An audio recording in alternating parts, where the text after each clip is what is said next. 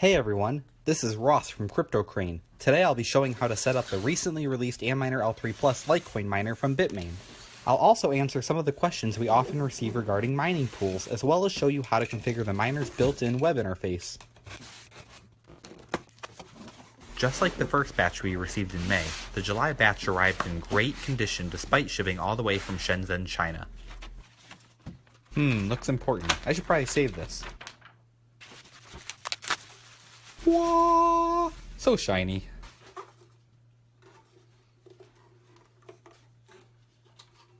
Well, it certainly looks and feels like the last L3 Plus I reviewed. Here we see the controller and logic board with one power connector and 4 ribbon cables connecting to each of the 4 hashing boards. Each hashing board has 2 power connectors as well, bringing the total number of 6-pin PCI Express power connectors to 9. You don't want to select a power supply that has fewer. I have no idea why anyone would care how much these weigh, but if you're curious, they're just under 10 pounds.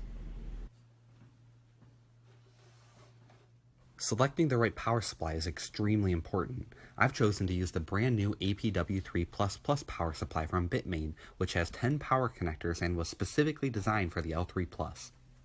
There's also a version of the APW3++ that has 18 power connectors. It can run 2 L3 Pluses at the same time as long as you're connected to a 220-volt power circuit or higher. It can output up to 1600 watts when connected to a 220-volt or higher power circuit. Unlike the previous versions of the APW3, it is also capable of supplying 1200 watts when it's using a standard 110-volt outlet, which is far more than the 800-watt advertised power draw for the L3 Plus. Always make sure to connect the power supply to the miner before plugging the power supply into a wall outlet. Notice that my watt meter is measuring my power source as 234 volts. Before powering it on, connect an Ethernet cable from the front of the L3 Plus to your router or switch. No, these don't have built-in Wi-Fi. Yes, you can use a Wi-Fi bridge that has an Ethernet port. However you connect it, just make sure it has access to the internet. I'm often asked how much bandwidth these miners consume. This will vary depending on a lot of factors, but it rarely goes above 5 kilobit per second. Running this 24/7 would use between 0.4 and 1.7 gigabyte of total bandwidth in a month. Let's just fast forward a little bit. Did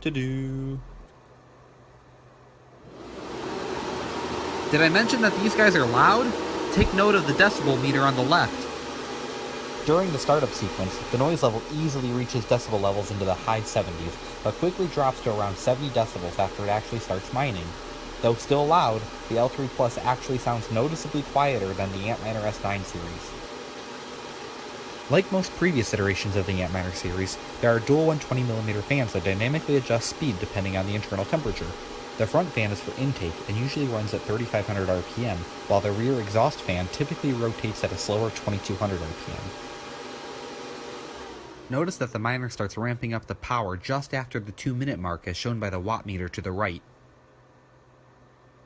It's amazing how powerful and efficient these guys are. Each of the 4 hashing boards contains 72 custom ASIC chips that can each hash at 1.75 megahashes per second. To put into perspective just how mind-boggling fast this is, one would need roughly 500 ultra-high-end GPUs to mine Litecoin or other script-based coins as fast as this single L3 Plus. It's kind of funny having more hashing power sitting on my dining room table than a data center-sized mining farm.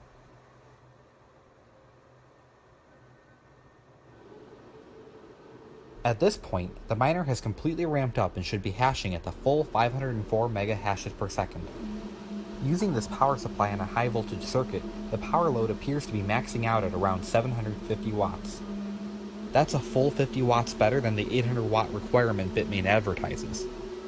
This is unexpected since my first L3 Plus review using the APW5 power supply showed that the miner needed the full 800 watts. When's the last time a manufacturer overestimated the power requirements on a miner? I'm pleasantly surprised to say the least. We'll have to do some testing to determine the reason for the increased power efficiency in a moment. Due to the capacitors inside of the power supply, you'll notice that the fan will keep spinning for a while even after disconnecting the power. To show that the APW3++ can support the L3 Plus while using a standard US power outlet, I'm going to switch the input from my high voltage circuit to a regular outlet in my home. As you can see on the watt meter, the screen is showing 122 volts.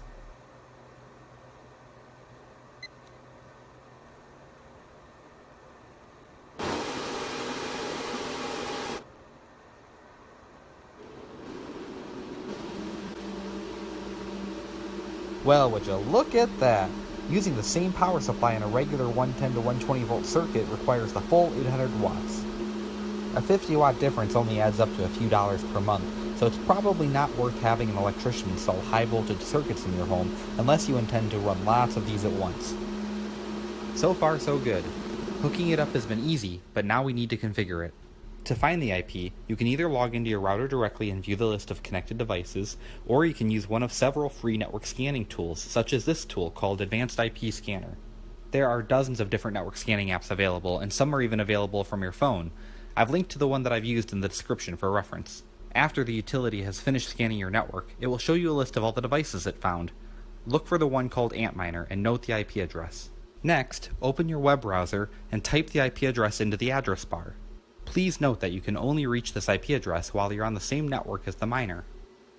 The default username and password are both root. The first thing that we'll want to do is go to the miner configuration tab. Here we'll enter our pool information. If you haven't joined a mining pool yet, there are some things you need to know. First, a mining pool is just a group of miners that collectively work together to solve a block on the blockchain. Each miner gets paid a fraction of the block reward proportional to the amount of work one's miner submitted.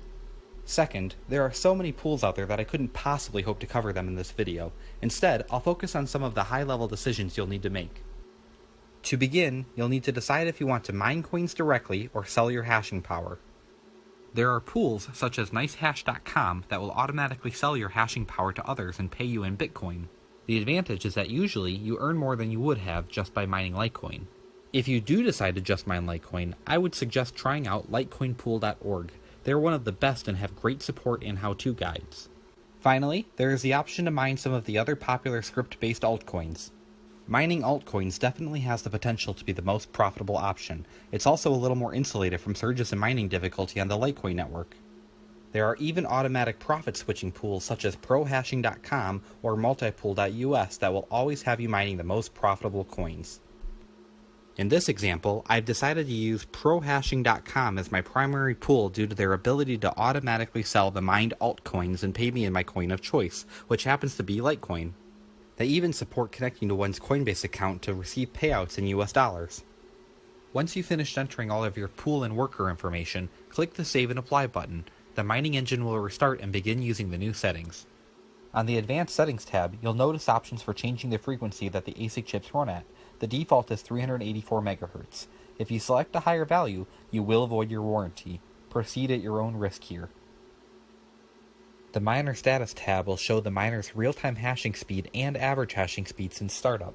You'll also notice that it shows the pool health status and information about the ASIC chips themselves. It's important to note that the temperature sensors on the ASIC chips are known to not be very accurate. It's not uncommon to see a wide temperature variance between different sensors. 10 hours later, the L3 Plus has been happily mining away without me having to pay any attention to it. It appears to have reached an average hash rate of 500 megahashes per second, which is slightly lower than the 504 megahashes per second advertised, but well within reason. To verify that my decision to mine the most profitable script-based altcoins was indeed the best option, I decided to run a test. For 24 hours, I ran this L3 Plus on prohashing.com's auto profit switching pool and set it to convert everything to Litecoin. At the same time, I set another L3 Plus to mine Litecoins directly with litecoinpool.org. From prohashing.com's earnings dashboard, I can see my real-time worker stats in the top left panel. As you can see, the pool is measuring the miner's submitted shares of work and estimates that it is mining at 508 megahashes per second. Now let's look at the balances panel at the top right. I have my auto payout threshold configured to automatically withdraw my earnings to my offline wallet each time my balance reaches 1 Litecoin. At the 24-hour mark, I've earned a total of 1.31 Litecoins. At today's rates, that's roughly $55 worth. If this were to continue without changing, it would earn between $1,500 and $1,600 per month, and that's after paying for electricity. Of course, Everyone knows that this is a highly volatile market, and these numbers could increase or decrease significantly in a short amount of time. Let's go see how well our other L3 Plus has done. Litecoinpool.org is seeing a similar speed of 507 megahashes per second coming from the other L3 Plus, but it has only mined 0.683 Litecoin in the last 24 hours. It would have done a little better if I had chosen to sell the hashing power at nicehash.com, but this test proves that mining other script-based altcoins are currently the most profitable mining option for the L3 Plus by a significant margin. Needless to say, the powerful combination of profitability and limited availability has made the L3 Plus one of the most sought-after mining devices of the year.